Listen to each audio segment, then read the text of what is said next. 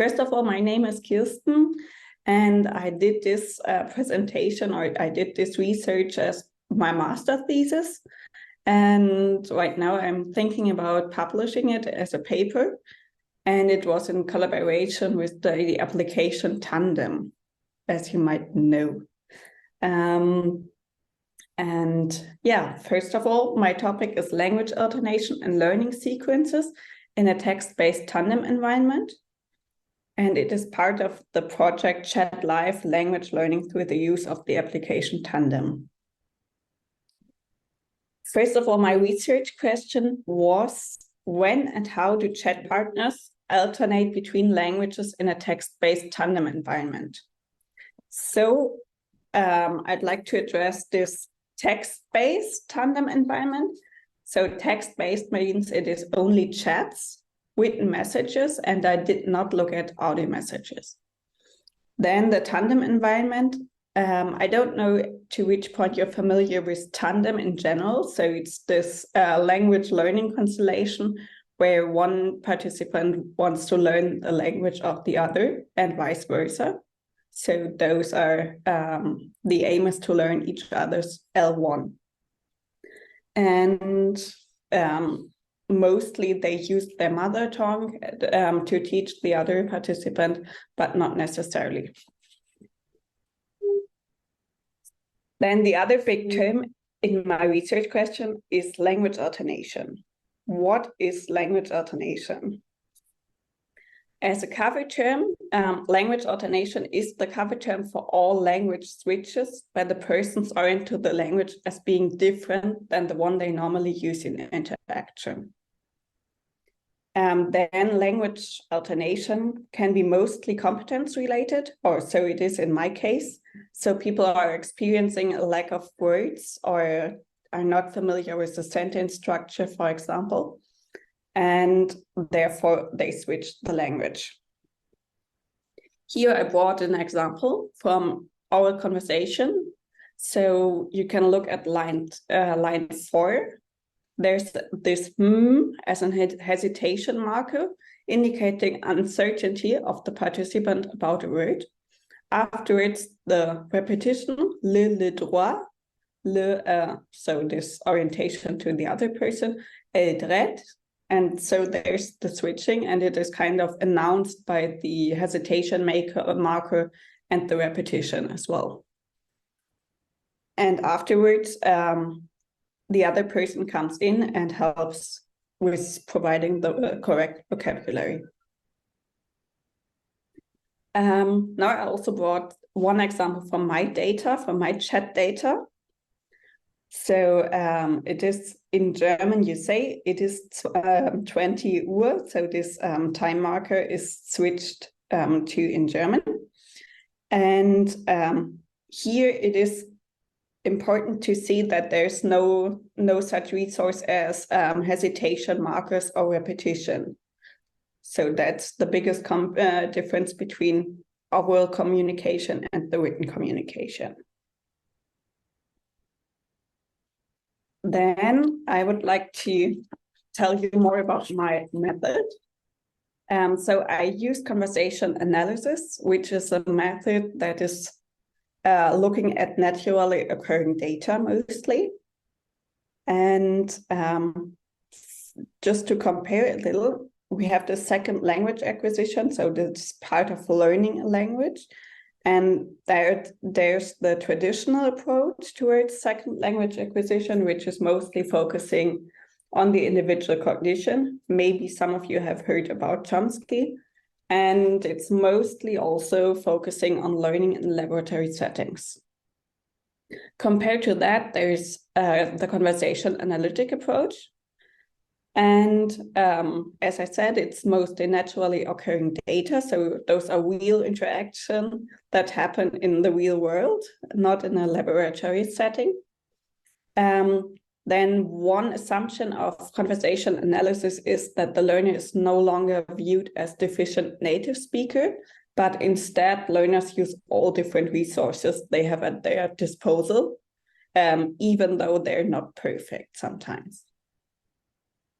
And then another thing that was important for my research is also that learning takes place in interaction.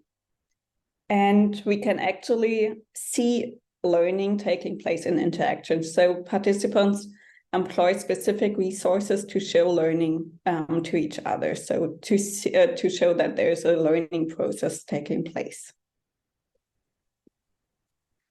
Are there any questions so far? Otherwise, I will just continue.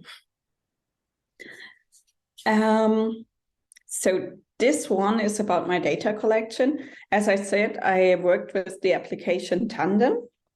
And in this Tandem learning environment, there are always two persons chatting, and the aim is to learn each other's L1. So here we got an example of my personal Tandem chats. So yeah, accidentally we only spoke German, but yeah, normally it is the other way around. So she would like to learn German and I wanted to improve my French. Yeah.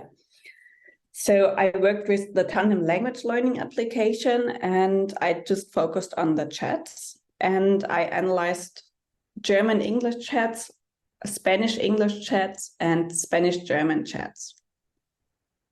And I found 37 cases of language learning sequences in those chats I analyzed. And now I need to tell you more about my language learning sequences. So it was mostly that one person has produced a message. The participants interrupt the overall topic. So they leave their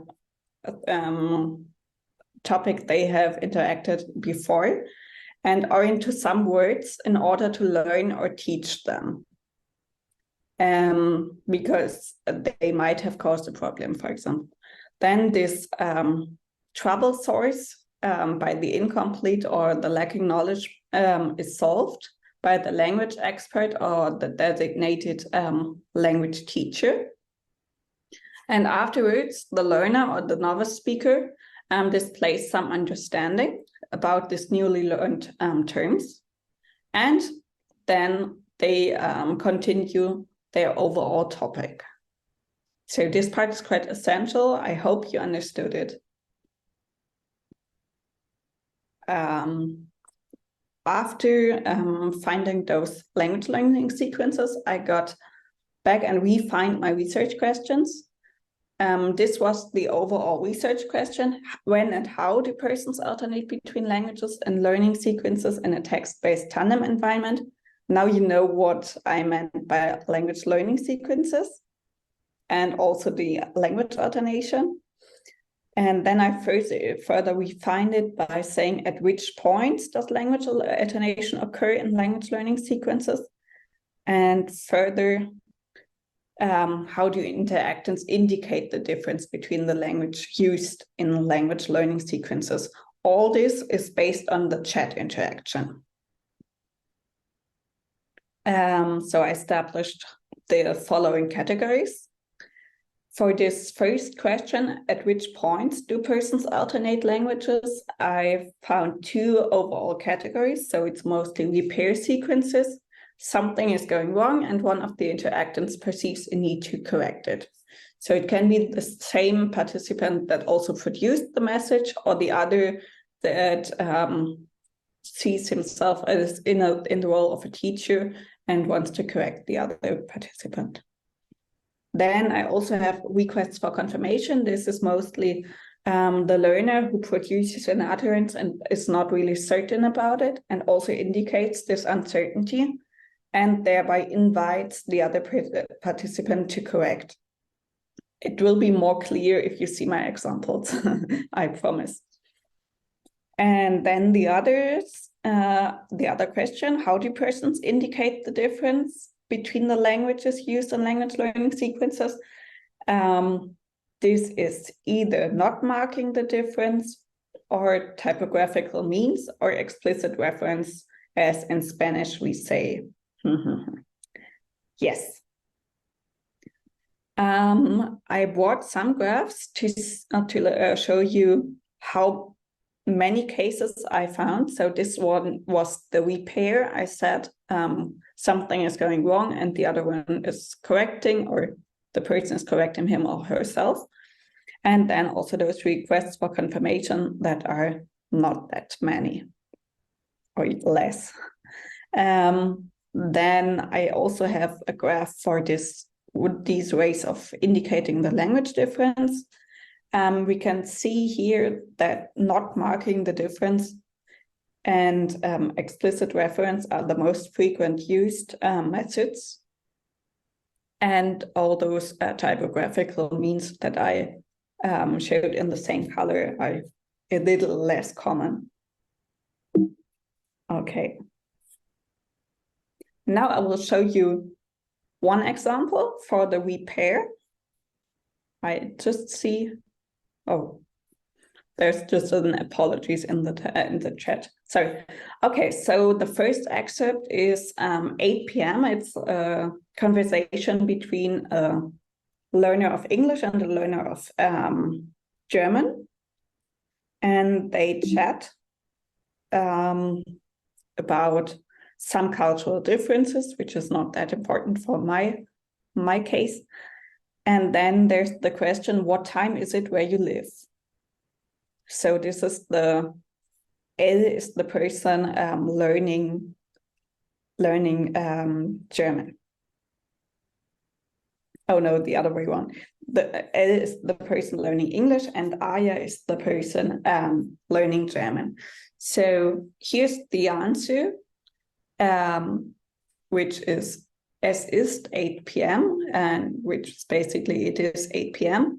And we see that there's a language switch here in this 8 p.m. because there's a lack of knowledge of the time marker.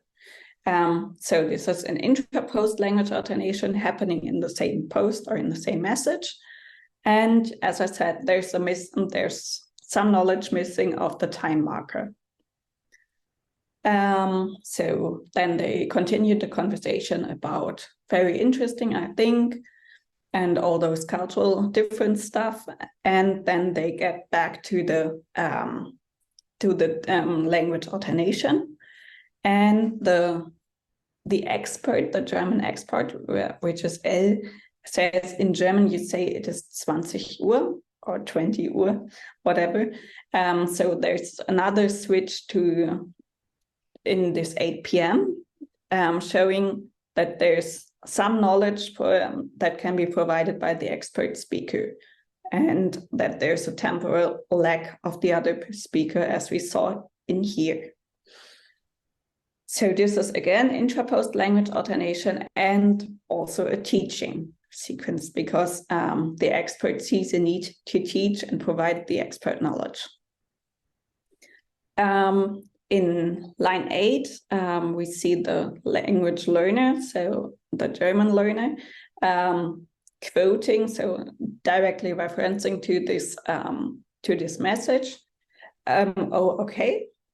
And in conversation analysis, we say that this "oh, okay" also indicates a change of state.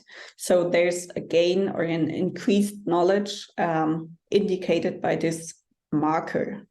So change of state token, we'd say, and this shows some understanding of the new term. Yes. So then there's this emoticon coming, just saying, okay, so this is closed. And we normally say it's a sequence closing third. So this sequence is closed and they both interacted. They both just reacted to that one and now they could continue the topic. Then my other excerpt. So just one thing, need to get backwards. So I told you that I had those repair sequences, and actually this is one repair sequence I had. So this 8 p.m. that the thing that where they experience some difficulties, then it is repaired kind of by the language switch, and then there's a gain of knowledge. In the other excerpt, it is this request for confirmation, I called it. And here you see a chat between a German and a learner of German and a learner of English. And Eise is the, I would just show you here. Eise is German and Juanes is learning German. Yes, so they talk about the dog and Eise says, oh, I want to steal him in German here. Then they are just laughing about it in a chat way, as we might know it all. Is this ha ha ha? No. And then they are kind of playful and saying, oh, come on, in German still. And here, the learner of German produces a sentence. You can come here to visit him, this one, or that one in German. And then in brackets, he adds, I think this sentence is absolutely wrong. This is, again, an interposed language alternation, so happening in the same message. And by this, this add-on in the brackets, the learner indicates that he's not really certain about the utterance produced and might feel okay with the teacher or the other participant to correct him. Then there's the correction part by the German expert. You can come to visit him in German. Sounds better and it's him, but the rest of the sentence is correct. So this is just, so the expert provides the correct sentence and yeah, also this correction, but also initiates in the help that one was wanted by the language learner beforehand. So we have, again, this teaching part in there. And then in line 8, we have the learner of German, and the learner just displays some understanding again. Oh, okay. With change of state token, as we called it, and shows some understanding of the sentence construction. And then they continue this discussion about the correctness of the sentence by discussing accusative or dative in German. Yes, so those are my 2 excerpts I wanted to show you, which just represent the repair and the request for confirmation. Then I also told you about my second research question about how do interactants indicate the language difference. And this is quite easy to say. So no indication of the differences between the languages. We just hope you're having a great day this Lunas. So just using the term in another language without orienting to it. Then quotation marks. Homework is only used for Hausaufgabe, which is only a school homework. Especially this was apparent in explanations. Then equal signs. Na ja, gleich oh well. So to show that there's the equivalent in the other language. Then brackets, as we had, so the German utterance and afterwards the orientation to it in another language in brackets, which I think this sentence is absolutely wrong. Then a colon, which was less frequent in my data collection, but this one was an example, or if you want to reach it to one person and then afterwards, after the colon, the correct version there. And the other thing is explicit reference. In German, you say it is, for example, as we had. Yes.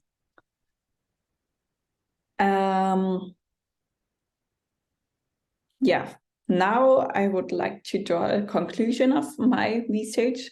So first of all, language alternation is part of learning a new language, which is super important. So we should not really stick to this classroom approach that is followed sometimes to have this one language policy, so that we only use our learner language somehow, but instead also use our mother tongue and so on. Then both learners can benefit from language alternation to learn new words. So it is also quite valuable for the other learner if I use my mother tongue instead of only using my learner language. Yeah. Then learners understand each other with and without marking the difference between the languages. So as I showed you the slide before, there are various ways of indicating the difference, but it's not really necessary. So it's all those methods work, and also not marking the difference work quite well in chat and interaction. So there were no misunderstandings in that context. Then I also collected some recommendations for the language learner and the teacher. This is mostly important for Tandem. And here I got you as a learner, and I would propose to ask the partner, the learning partner, or the teacher or designated teacher, and maybe the other partner knows the expression you're looking for in both languages, and you can just help each other. Then be brave and deploy all resources that are available to you. It doesn't matter whether you use your target language perfectly. So as I said at the beginning, in conversation analysis, we have this thinking that we do not speak of a deficient native speaker, but instead all those resources are quite valuable to use. And this is important. So it just contributes to the overall understanding of each other, and people should dare to use everything they have, kind of. And then, as I mentioned before, it is okay to do random mixing of target language and the mother tongue. And it is also proven that Tandem users mostly understand each other in all possible ways of marking and not marking the difference between the languages used. So all those various methods I showed you before. Then you as a teacher or as a designated teacher in the Tandem interaction, I found those situations where you can recognize that your Tandem partner is searching a word in those situations. So the first one is she or he switches to his or her mother tongue for only one word. So there's only, for example, this lunas for Monday in Spanish that is switched to because there might be a lack of knowledge of another word. Yeah. Then she's not certain about the word and corrects himself herself by adding the word in his or her mother tongue.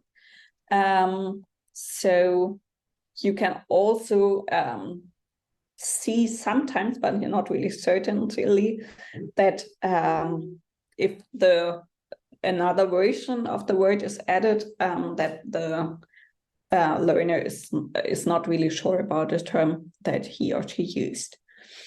And then the third version is indicating being uncertain about a word by explicitly saying it and switching the language, as we had in the case with I'm really sure that this sentence is not correct.